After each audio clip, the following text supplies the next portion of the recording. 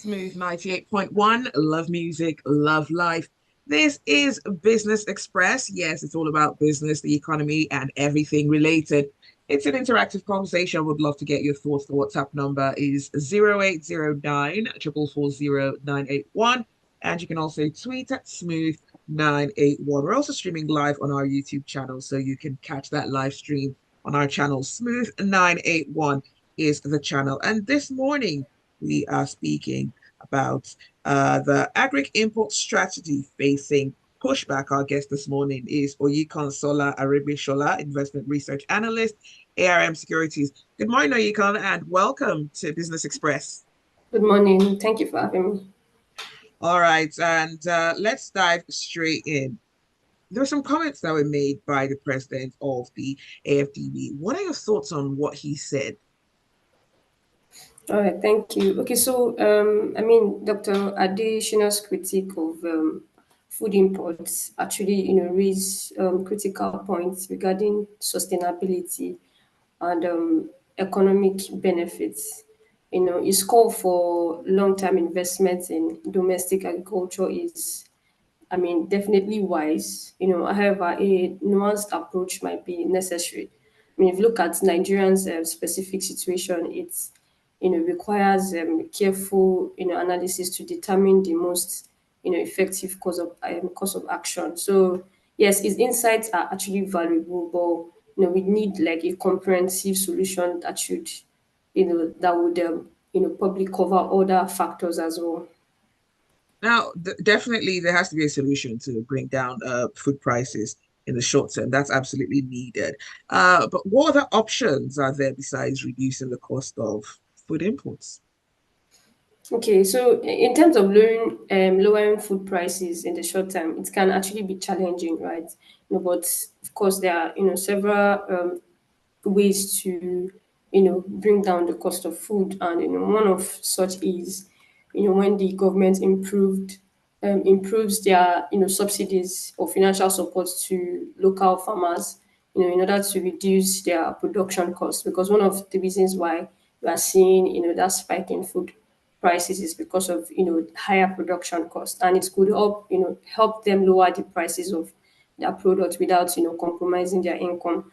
And of course, another way is temporary price control on essential food items. Although when we want to look at implementing this, we have to be careful in order to avoid market disruptions or shortage. Also, another way is to look at the supply chain, look at the efficiency to enhance the efficiency of supply chains in order to reduce transportation and storage costs, because that's also one of such costs that would feed into the food prices. So if you look at infrastructure, logistics, make it much more effective or efficient, we'll see lower food prices in the short term. All right. Now, the president of the All Farmers Association of Nigeria basically says that this short-term strategy from the government will erode the gains made from the grains like rice, maize, and wheat as well. Do you agree with this, or do you have a different opinion? Well, the concerns raised by the president is actually valid, and it reflects a common dilemma in agriculture policy, because of course the dilemma is trying to balance short-term relief measures with long-term agricultural development goals. And yes, I do agree with him. Some potential negative impact could be the fact that it will depend on imports, because if the government relies heavily on importing cheaper food as a short-term solution, it could disincentivize the local farmers from producing rice, maize, and wheat. And this dependency might erode the gains made in boosting local production and achieving self-sufficiency.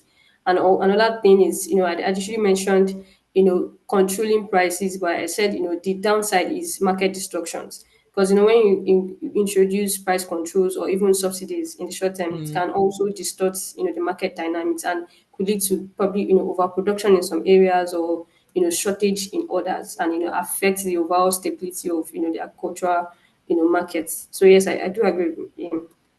All right. We're speaking with Oyinkansola Aregbesola, investment research analyst, ARM Securities. Let's talk about rice. Now, the Rice Farmers Association of Nigeria, Lagos chapter specifically, says that rice farmers should instead be encouraged to increase production rather than go through this strategy. Now, a lot does seem to have been done for rice production in Nigeria. What else should be done or could be done? Right.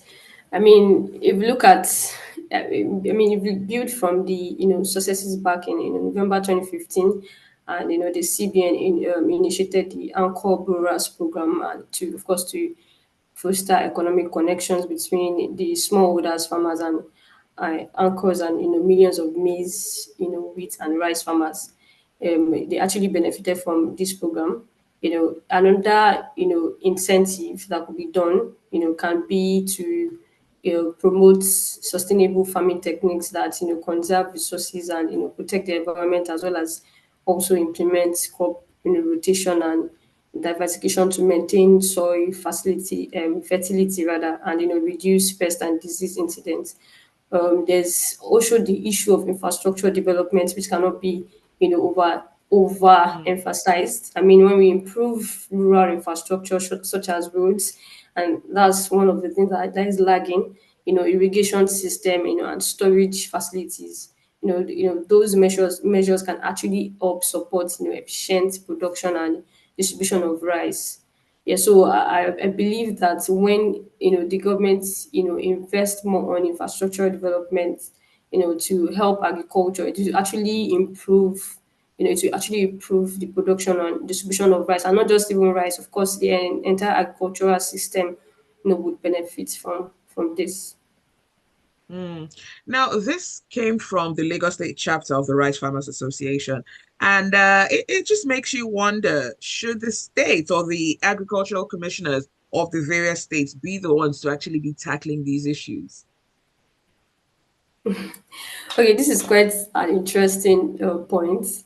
While the Rice Farmers Association brings up national issues, there's also a strong argument for, I mean, tackling them at state level too. So, and because this is the reason why, I mean, if you look at the local context, because if you look at the issues faced by rice farmers, it can actually differ by states, right? I mean, Lagos, for example, might have challenges related to um, peri-urban farming, because I mean, there's largely no space.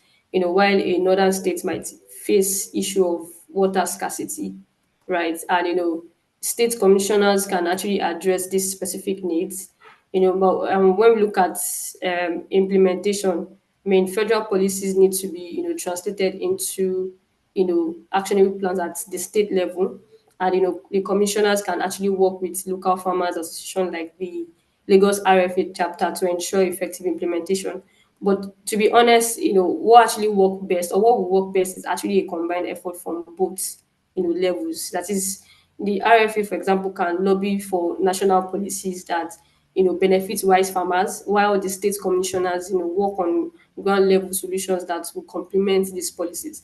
So I would say that both federal and state levels have a role to play, and when they come together to collaborate, it will actually, the results will be much more better. So I would say that a combined approach from both levels would make sense.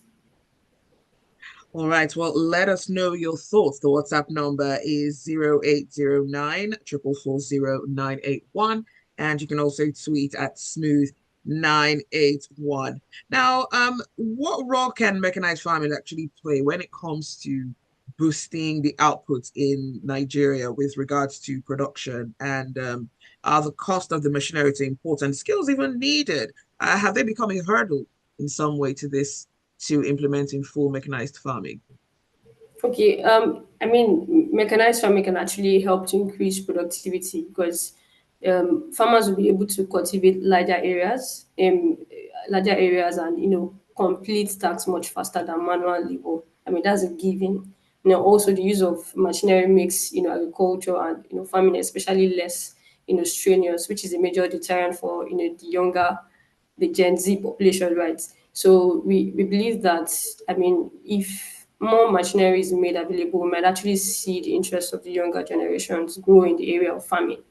And overall, mechanization would go a long way in improving output, which is also a given, right? But yes, I'll agree with you because if you look at skills and then maybe the cost of importing such is actually also a problem or like a deterrent really because if you look at where the exchange rate is at the moment, it's not where it Mhm. was last year, this same time last year, right? So that's also another challenge because when they want to actually import these machineries, looking at the exchange rates already is a deterrent. So that's one of the challenge that is being faced by these farmers, and of course, also skills will also play a long role,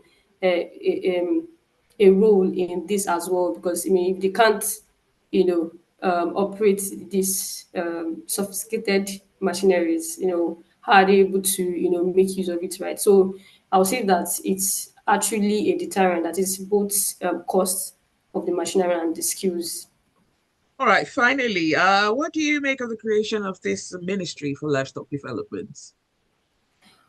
Okay, so I mean, why we could see some improvement in livestock production, given that the ministry will be responsible for disease control programs and breeding initiatives and the likes. I mean, I don't think it's a necessary move. I mean, because we already have Ministry of Agriculture, which is responsible for everything concerning agriculture. And agriculture includes livestock. So, I mean, for example, there's no ministry for fishing, right? So I really do not think it is a necessity at this point. I mean, the agriculture sector is already facing challenges, including insecurity, poor storage facilities and farming equipment. But unfortunately, these funds, which should be channeled into combating these challenges, actually have been pumped into another ministry or creating another ministry. And this ministry itself will also have its own challenges and all of that. So I think we need to actually reassess at this point and determine whether this is necessary or not. In my own opinion, it's not, and it is even contradictory to the Steve Oran Sayers report that was just adopted some few months back. To merge and scrap numerous government Mhm. entities. Why with overlapping functions? So I do not think it's necessary. All right, well, that is all the time that we have for Business Express this morning. Thanks for listening. And thank you, Oyinkansola, for joining us on the show this morning. Thank you for having me. Have a great day. That was Oyinkansola Aregbesola, Investment Research Analyst with ARM Securities.